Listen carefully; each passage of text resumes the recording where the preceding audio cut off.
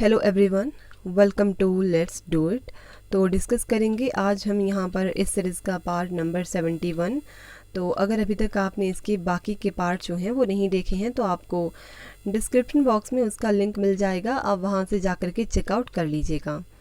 और देखिए आज हम यहाँ पर जो है 15 क्वेश्चन डिस्कस करने वाले हैं, तो आपको साथ साथ में खुद को चेक भी करते रहना है कि आपके 15 में से कितने क्वेश्चन सही होने वाले हैं। एंड आपको वीडियो के लास्ट में कमेंट बॉक्स में ज़रूर बताना है कि आपके 15 में से जो हैं वो कितने क्वेश्चन सही हुए हैं। सो चलिए हम स्टार्ट करते हैं क्वेश्चन नंबर फर्स्ट के साथ। क्वेश्चन है, Amaravati and Hemavati are tributary of which rivers. Amaravati और हेमावती किस नदी की सहायक नदियाँ हैं? तो देखो अमरावती और हेमावती जो हैं ये कावेरी की सहायक नदियां हैं। ऑप्शन डी यहाँ पर राइट आंसर हो जाएगा। कावेरी की अगर हम बात करें कि इसकी अदर कौन कौन सी सहायक नदियां हैं, तो देखो सिमसा हो गई, अर्कावती, हेमवती, अमरावती, काबिनी, भवानी, लक्ष्मण तीर्थ, लोक पावनी, ये जो है ये कावेरी की सहायक नदियाँ हैं। और कावेरी नदी जो है ये कर्नाटक में पुष्पगिरी पहाड़ी से निकलती है। कहाँ से? पुष्पगिरी पहाड़ी से। तो ये पॉइंट भी आपको ध्यान में रखना है। नेक्स्ट क्वेश्चन की बात करते हैं। नेक्स्ट क्वेश्चन है, निम्न में से कौन सा सब्सिडेंस फार्मिंग का उदाहरण है? Which one of the following is the example of subsidence farming? तो देखो ऑप्शन आपके पास है, तो इसका राइट आंसर हो जाएगा ऑप्शन सी, विस्तृत एवं गहन कृषि, एक्सटेंसिव एंड इंटेंसिव फार्मिंग। ये जो है ये सब्सिडेंस फार्मिंग का एग्जाम्पल है। सो ऑप्शन सी यहाँ पर इसका राइट आंसर है। नेक्स्ट क्वेश्चन हमारे पास है, which of the following is the first state to have fully privatised its power distribution network? निम्न में से कौन सा राज्य अपने विद्युत वितरण नेटवर्क को पूर्णतः निजीकृत करने वाला प्रथम राज्य है? तो ये कौन है? ये है महाराष्ट्र। महाराष्ट्र राज्य जो है अपने विद्युत वितरण नेटवर्क को पूर्णतः निजीकृत करने वाला प्रथम राज्य है। ऑप्शन ए राइट आंसर हो जाएगा। नेक्स्ट क्वेश्चन हमारे पास है, Which of the following article cannot be suspended during the national emergency? निम्न में से कौन सा अनुच्छेद राष्ट्रीय आपातकाल के दौरान निलंबित नहीं किया जा सकता? तो देखो अनुच्छेद 20 और 21 ये जो है ये राष्ट्रीय आपातकाल के दौरान जो है निलंबित नहीं किए जा सकते हैं। तो 139 जो है इसका राइट आंसर ऑप्शन डी हो जाएगा राइट आंसर। और देखो अनुच्छेद 20 की अगर हम बात करें तो अनुच्छेद 20 जो है ये अपराधों के लिए दोष सिद्धि के संबंध में संरक्षण की बात करता है। और अनुच्छेद 21 की अगर हम बात करें तो ये प्राण एवं दैहिक स्वतंत्रता के संबंध में संरक्षण की बात करता है। तो अनुच्छेद 20 और 21 जो है ये राष्ट्रीय आपातकाल के समय जो है इन्हें निलंबित नहीं किया जा सकता, इन्हें खत्म नहीं किया जा सकता। तो देखो ऑप्शन डी इसका जो है यहाँ पर राइट आंसर हो जाएगा।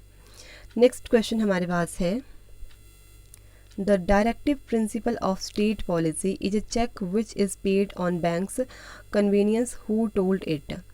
राज्य के नीति निर्देशक तत्व एक चेक है जिसका भुगतान बैंक की सुविधा पर किया जाता है। यह किसने कहा?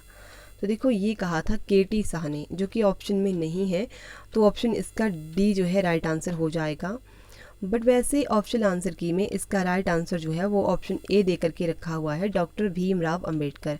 बट ऑप्शन ए यहाँ पर इसका राइट आंसर नहीं होगा, ऑप्शन डी होगा, none of these.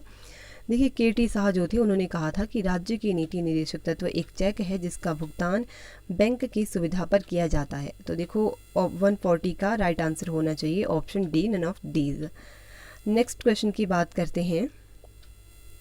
In case the president wishes to resign, to whom he is to address his resignation letter? राष्ट्रपति पद त्याग करना चाहता है तो उसे अपना त्याग पत्र किसे सौंपना होता है? तो अगर राष्ट्रपति को अपना पद त्यागना हो तो वे उपराष्ट्रपति जो होता है उसे अपना त्याग पत्र सौंप सकते हैं। ऑप्शन बी यहाँ पर इसका राइट आंसर हो जाएगा। और देखो राष्ट्रपति जो होता है ये देश का संवैधानिक प्रधान होता है, और भारत का प्रथम नागरिक जो होता है वो भी इसे ही कहते हैं राष्ट्रपति को। और देखो अनुच्छेद 54 जो है उसमें अनुच्छेद 54 में राष्ट्रपति के निर्वाचन के लिए निर्वाचक मंडल की व्यवस्था की गई है। नेक्स्ट क्वेश्चन की बात करते हैं। निम्न में से किस प्रस्ताव संघीय बजट के साथ प्रासंगिक संबंध है? तो ये हो जाएगा यहाँ पर ध्यानाकर्षण प्रस्ताव। ऑप्शन सी यहाँ पर राइट आंसर है। ध्यानाकर्षण प्रस्ताव जो है ये संघीय बजट के साथ संबंधित है। और इसकी अगर हम बात करें अगर ऑप्शन ए की निंदा प्रस्ताव की, तो देखो निंदा प्रस्ताव जो है ये मंत्रिपरिषद या फिर किसी एक मंत्री के विरुद्ध उसकी विफलता पर रोष व्यक्त करने के लिए लाया जाता है। और स्थगन प्रस्ताव जो होता है इसका उद्देश्य होता है अविलंबनीय लोक महत्व के मामले की ओर सदन का ध्यान आकर्षित करना। तो ये पॉइंट भी आपको ध्यान में रखने हैं। एंड देखो 142 क्वेश्चन जो है इसका राइट आंसर यहाँ पर ऑप्शन सी हो जाएगा, ध्यानाकर्षण प्रस्ताव। नेक्स्ट क्वेश्चन हमारे पास है, राज्य सरकार का शासकीय विधिक सलाहकार है। तो जो कि राज्य सरकार होती है उसका शासकीय विधिक सलाहकार जो होता है वो होता है attorney general. So advocate general होता है, the advocate general. Option C इसका राइट आंसर हो जाएगा, ऑप्शन सी राइट आंसर हो जाएगा। राज्य सरकार का शासकीय विधिक सलाहकार होता है महाधिवक्ता। नेक्स्ट क्वेश्चन हमारे पास है, भारत के योजना आयोग की स्थापना किस वर्ष में हुई? देखो भारत के में जो योजना आयोग है उसकी स्थापना 1951 में हुई थी, 1950 में हुई थी, 1950 में। तो ऑप्शन सी इसका यहाँ पर राइट आंसर है। नेक्स्ट क्वेश्चन है, the population growth rate in India is. Bharat में जनसंख्या वृद्धि दर जो है तो ये घटती हुई है। ऑप्शन बी इसका राइट आंसर हो जाएगा। नेक्स्ट क्वेश्चन हमारे पास है, भारत में कागजी मुद्रा जारी करने का एकल अधिकार किसे है? तो भारत में जो कागजी मुद्रा होती है उसे जारी करने का एकल अधिकार जो है ये रिज़र्व बैंक के पास होता है, भारतीय रिज़र्व बैंक के पास। ऑप्शन सी यहाँ पर इसका राइट आंसर हो जाएगा। और देखो अगर हम आरबीआई की बात करें, रिज़र्व बैंक ऑफ इंडिया की, तो इसकी स्थापना जो हुई थी 1 अप्रैल 1935 को हुई थी। और देखो इसके जो वर्तमान समय में जो सीईओ हैं वो हैं शक्तिकांत दास, और इसका हेडक्वार्टर जो है वो है मुंबई में। शक्तिकांत दास जो है ये 25वें नंबर के गवर्नर है, सॉरी सीईओ नहीं, वो है शक्तिकांत दास जो है ये गवर्नर है 25वें नंबर के आरबीआई के। ये पॉइंट भी आपको ध्यान में रखना है। नेक्स्ट क्वेश्चन है, शिलिंग मुद्रा है, तो शिलिंग मुद्रा है ये है केन्या की। ऑप्शन ए यहाँ पर इसका राइट आंसर है।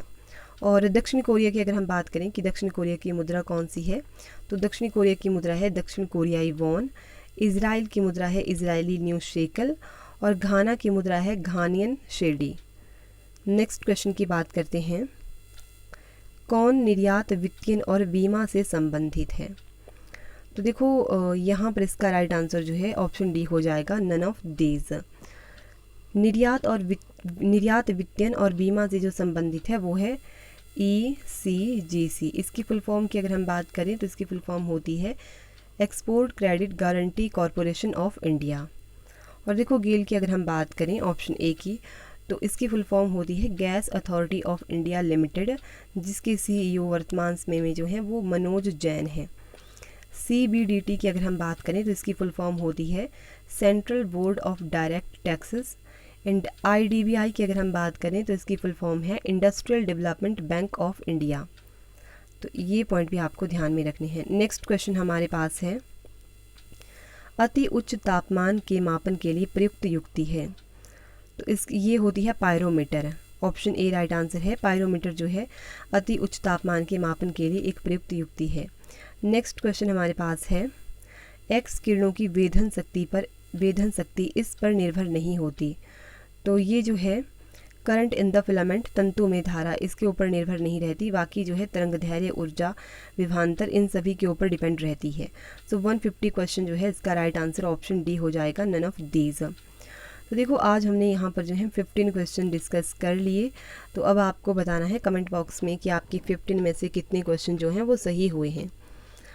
तो देखो, और हाँ, अगर आपने जो है अभी प्रेजेंट टाइम में कोई एग्ज़ाम दिया है या अगर आप देने वाले हो, तब आप हमारी ईमेल आईडी पर जो है उसे सेंड कर सकते हैं। उस पेपर को हम डिस्कस करेंगे, उस पेपर को यहाँ पर, जो कि आपके लिए काफ़ी हेल्पफुल रहेगा। बाकी ईमेल आईडी जो है आपको मिल जाएगी डिस्क्रिप्शन बॉक्स में। तो चलिए मिलते हैं नेक्स्ट वीडियो में। धन्यवाद।